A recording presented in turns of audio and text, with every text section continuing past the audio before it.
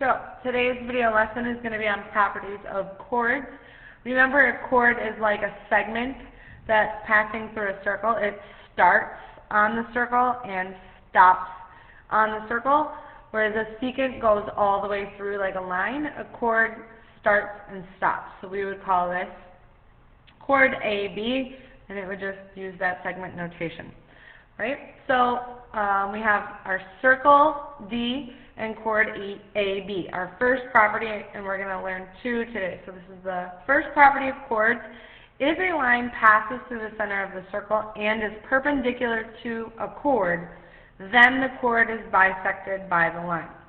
So if we draw any line, that line could be a diameter, it could be a radius, right? So here I have my radius, or even if we just extend it and create a diameter. Any line passing through the center of a circle and intersecting a chord.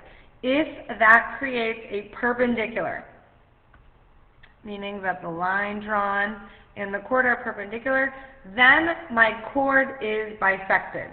So if we have a right angle from a line passing through the center, crossing the chord, now that I know these pieces are congruent. So I will say, let's call this C, if DC is, DD,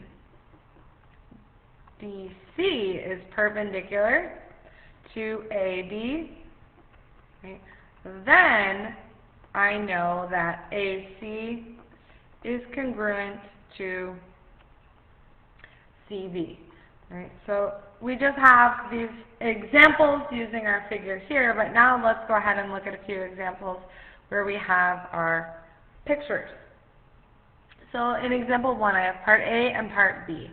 Part A says, if segment PA is equal to 12, what is the measure of segment AQ? So if PA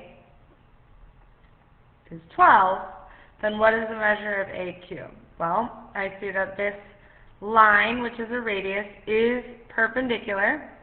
And so what that means is my chord is then cut and bisected. It's cut in half. So if PA is 12, then AQ is going to be the exact same thing because of this perpendicular.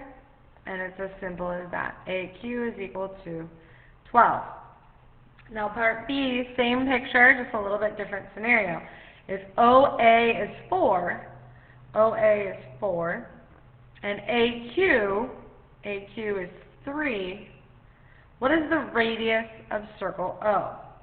Alright, so 3 is going to go with this part of my chord, and OA is going to go with this part of my radius. Now, a lot of times people think, okay, well, I know I want to find the radius, so that is from O to B. So we just do some sort of crazy math and add things. That's not how it works, right? These pictures take some getting used to. What we actually have to do is draw our radius from the center of our circle to the end of our chord. So that now we have a right triangle, and I know that I have one leg and another leg. I'm trying to find my hypotenuse, which is the radius of the circle. So this means I'm going to use my a squared plus b squared equals c squared. So again, I have my a, which was the part that they told me, 4 squared. I have my b, which is the part of the chord, which is 3 squared. And my c squared is what I'm trying to find in my radius. So 16 plus 9 equals c squared, which is 25, is my c squared. I square root, and I get 5 for my radius. Now, you have to be careful when you're reading questions like this in the practice, because sometimes they'll say, what is the radius? And you have to do the Pythagorean theorem to find the radius. Other times they'll ask for the diameter, so you just have to make sure that you're doubling up your radius. So just annotating your question using cups. Right? So these are our two most basic examples. Sometimes you'll just be able to cut in half. Other times you will have to use Pythagorean theorem. And these problems are famous for Pythagorean theorem. So let's look at 3 examples of these types of problems. So in all of these, I'm identifying my x. I want to find x, and my x. So sometimes these problems get a little confusing because it's hard to see what the measures go with. So 7 matches with this side, and 8.3 matches with this side. So if I want to find my x, here I notice that I have a line. This is the chord that I'm focusing on. And I notice that I have this other line, which is perpendicular to that chord. And I know that my first property is that if a line passes through the center of a circle and creates a perpendicular with the chord, then the chord is bisected. So if this is 7, then I know that my other piece of the chord also has to be 7. And so I really don't even have to do any math. It's just knowing the property. So yeah, they gave me this confusing 8.3. That's fine. Now over here, I'm finding my x. So again, I want to focus on my parts of the chord. So I have my chord. I also notice that I have my perpendicular, and they gave me my right angle. So again, I want to know that 5.6 goes with this side. 5.6 also goes with this side. 9.6 goes here. Right? And I'm trying to find x. So I have 5.6 and 5.6. My 9.6, because it's perpendicular, can also go here because I have my perpendicular cutting my chord in half, which means that this piece is 9.6. So for this problem, I do have to do some calculations. If I want to find my radius, I do need to focus on my right triangle that was formed using the chord and the radius. So here, again, I don't want to focus on my entire radius. I do want to just focus on finding x. So I'm going to have a squared plus b squared equals c squared. I have 9.6 squared plus 5.6 squared equals my radius squared. So let's calculate 9.6 squared. I get 92.16 plus 5.6 squared is 31.36 equals r squared. So 92.16 plus 31.36 gives me 123.52. And the last thing I want to do is just get my radius. So I square root my answer, which gives me 11.11 for my radius.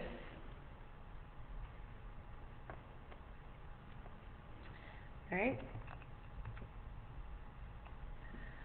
And that is it. Right? So sometimes you just have to, again, use the property, just kind of move over the congruent piece, and then shouldn't have any issues just using Pythagorean theorem.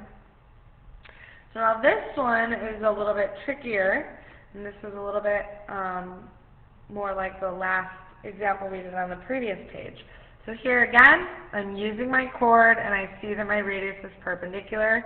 So to kind of highlight, here is the chord. That's sloppy. Here is the chord, and I know that these are going to be equal. I also know that I have my radius kind of cutting that chord in half. Right. What I'm looking for is just this little part of the radius. Right? So, first of all, I can fill in the diagram as much as I can. So if I know that this is 11.4, then I know that my other side of the chord is also going to be 11.4. Now, this 14.1, even though it's not really involved in this triangle piece like I've been seeing in examples 2 and 3, it is important. My 14.1 is representing my radius. So I know that this entire yellow piece is also going to be 14.1 because it's also the radius, but I just want to find the blue chunk of the radius. So I can't subtract 14.1 minus this piece because I don't know this piece yet. So I'm going to have to redraw my radius in to create a right triangle. So just like before, even though I know this information, it's not really useful the way that my picture is drawn. So I'm going to redraw my radius going from the center of the circle to the end of the chord, because this radius is going to be more useful for me. And now I know that this radius is 14.1. So now I have my a squared plus b squared equals c squared. I have my right triangle, but I don't have really the information that I need. So if I use a squared plus b squared equals c squared, my a squared is going to be one of my legs, so 11.4 squared. My b squared has to be the other leg. Do I know what that is? No, so I'm going to call that y because I don't want to use the same variable that I'm looking for. So it's my y squared. And my c squared is my hypotenuse, which was my radius, which is, I just kind of moved it over. I drew it in. So I have 14.1 squared. So 11.4 squared gives me 129.96 plus y squared equals 14.1 squared gives me 198.81. I want to subtract 129.96 from both sides so that I can just get my y squared. So I have y squared equals 68.85 square root, and I get my y being equal to 8.2975. Right? So for this problem, let's just round this to the nearest tenth, we'll say. So my 9 is going to make this 8.3. So now if I look back to my picture, I know that my y is 8.3. Is that what I was trying to find? No, I'm trying to find this blue part of my radius. I just found the green part of my radius. So what I need to do for my final answer is take my total radius minus the green part that I just found using the Pythagorean theorem. So my whole radius was 14.1. The green part that I just found was 8.3. So my final answer for this blue piece is going to be 5.8. Right? So this is the most complex and most involved type of problem. We will be practicing a lot more of these tomorrow, but you should have a pretty basic understanding of 2 and 3 when you come into class tomorrow. We will see more like number 4. Alright, so then we also have the example where we get word problems involving chords, still involving that first chord property that we've been using. So this involves us to first and foremost draw a picture. Right? So if you don't have a picture for your chord properties, you need to draw one. So a chord is 5 units from the center of the circle. So I draw a circle. Any chord, right? You can draw it any way you want. Right? So I'm going to say, all right, great, my chord, I'll make it solid.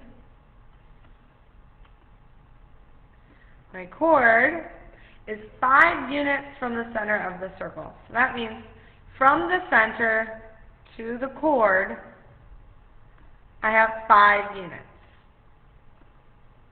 The radius of the circle is 13 units long. So again, I don't have any radius drawn in. I want to draw the radius that makes the most sense in my picture. So I'm going to say, all right, well, I'm just going to go from the center to the end. The radius is 13 units long. They want me to find the length of the chord. So here, this is another way that I get tricked on these word problems. Right away, we can already recognize this figure. We should by now be noticing, okay, if I have a chord and a line, I'm going to get a perpendicular, which means I can use my Pythagorean theorem. I'm going to have my 5 squared plus my x squared equal to my 13 squared. My radius is my hypotenuse. So 25 plus x squared equals 13 squared is 169. Subtract 25 from both sides. So x squared equals 144. I square root and square root, and I get 12. So now I know that this piece is 12. Is my answer 12? No, because what did they want me to find? The length of the chord. The length of the chord is this entire piece, right? So if I know that it's perpendicular, I know the property is that these two parts are congruent. So if this part from the perpendicular to the edge is 12, then the entire chord is going to be 24, because I'm going to have 12 plus the other congruent 12. So again, this is practicing drawing your pictures, reading and annotating. If it's 5 units from the center, make sure you're labeling that correctly. If the radius is 13, make sure you're labeling that correctly. And then make sure you're annotating your question so that you're actually answering what they're asking. So the second property is actually the same. It can go kind of 2 ways. So here they're saying if 2 chords are equidistant from the center, then the chords are congruent. So equidistant, meaning equal distances. So here I have a chord and a chord. Sometimes we'll see these lines drawn in. Right? The shortest distance from the center to the chord is the perpendicular distance.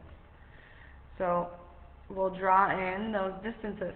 If they tell me that the distance from the center to this chord, we'll call this chord 1, is the same as the distance from the center to chord 2, right? Meaning that I have my tick marks on my diagram. They are equal distances apart. Then I know that chord 1 is equal to chord 2. Now the second property, it's the same property, it's just a different way. It depends on what you're given. They're saying, if I know that my chords are congruent, so now here they're giving me the chord and the chord, and those chords have tick marks, then I know